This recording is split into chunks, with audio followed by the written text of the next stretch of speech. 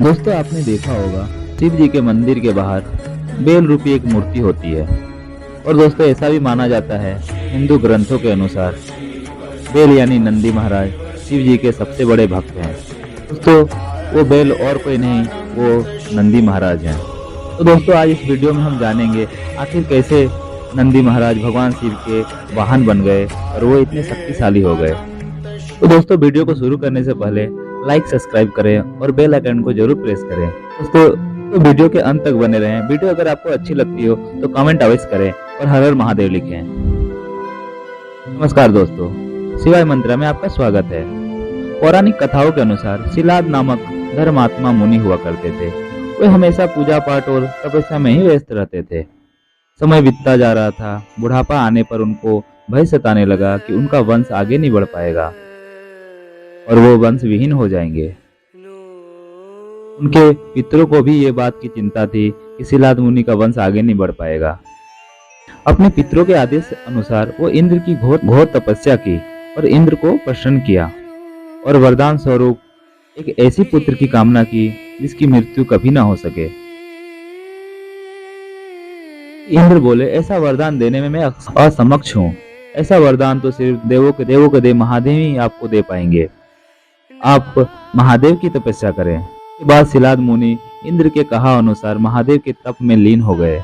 काफी समय बाद भगवान शिव को शिलाद मुनि के घोर तपस्या से खुश होकर भगवान भोलेनाथ शिलाद मुनि को दर्शन दिए और कहे, वरदान मांगो। शिलाद मुनि बोले, हे प्रभु, मुझे आपकी तरह ही पुत्र चाहिए जो आजन्मा हो, जिसकी मृत्यु न हो सके।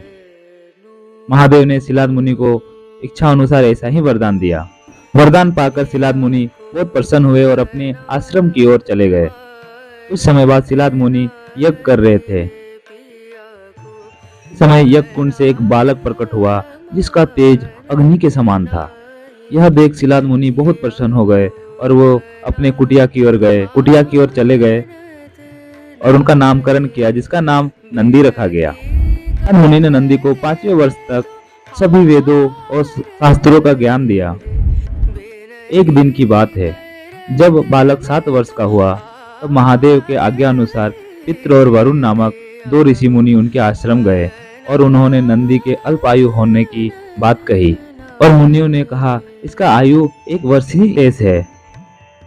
ये सब सुनकर शिलाद मुनि काफी दुखी हो गए और रोने लगे और नंदी अपने पिता को ऐसी हालत देखकर बोले, पिताजी आप दुखी क्यों हैं? आप रो क्यों रहे हैं? शिलाद मुनि ने ये सारी बातें बताई। तभी नंदी महाराज हंसने लगे और बोले कि पिताजी आप दुखी ना हो, मैं तो भोलेनाथ के वरदान से आपको मिला हूँ, तो मुझे मृत्यु कहाँ छू सकेगी। ये सब कहकर नंदी अगले दिन भगवान शिव की तपस्या करने के लिए भुवन नदी की ओर चले गए और भुवन नदी के तट पर भोलेनाथ की घोर तपस्या में लीन हो गए। भोलेनाथ नंदी की घोर तपस्या से खुश होकर प्रकट हुए और बोले, नंदी आंखें खोलो और वरदान मांगो। नंदी भगवान भोलेनाथ को देखकर इतने खुश हो गए कि वो भूल गए कि वो किस लिए तपस्या कर रहे थे और वो क्या चाहिए था। नंदी महाराज भोलेनाथ से बोले कि हे प्रभु, मुझे आप अपने साथ रख लें और आपकी जीवन भर सेवा करने की वरदान दे। महादेव नंदी की इस भोलेपन को देखकर बोले, नंदी तुम चिंता क्यों करते हो? तुम तो मेरे ही वरदान से हो, तुम्हें मृत्यु छू भी नहीं सकती है। तुम अमर हो, तुम तो मेरे ही समान हो, प्रिय रहोगे, तुम हमेशा बलशाली रहोगे, तुम हमेशा मेरे साथ ही रहोगे। माँ पार्वती जो वहीं पे शिव जी के साथ खड़ी थी, भगवान भोलेनाथ ने माँ पार्वती से कहा, हे देवी, मैं नंदी का अभिषेक करना चाहता हूँ और ये सभी गणों का अध्यक्ष बनाना चाहता हूँ। तभी माँ पार्वती ने कहा, जो आपको इतना प्यारा हो तो मेरे पुत्र समान होगा। के बाद महादेव ने सभी गणों को बुलाकर नंदी का अभिषेक किया और कहा, आज से नंदी तुम सभी का अध्यक्ष होगा। महादेव के कहने से सभी गण नंदी को अपना नेता स्वीकार किया। महादेव ने नंदी को गले लगाकर और बेल का चेहरा दिया और अपनी सवारी के रूप में स्वीकार किया। दोस्तों बहुत बहुत धन्यवाद वीडियो को अंत तक देखने के लिए।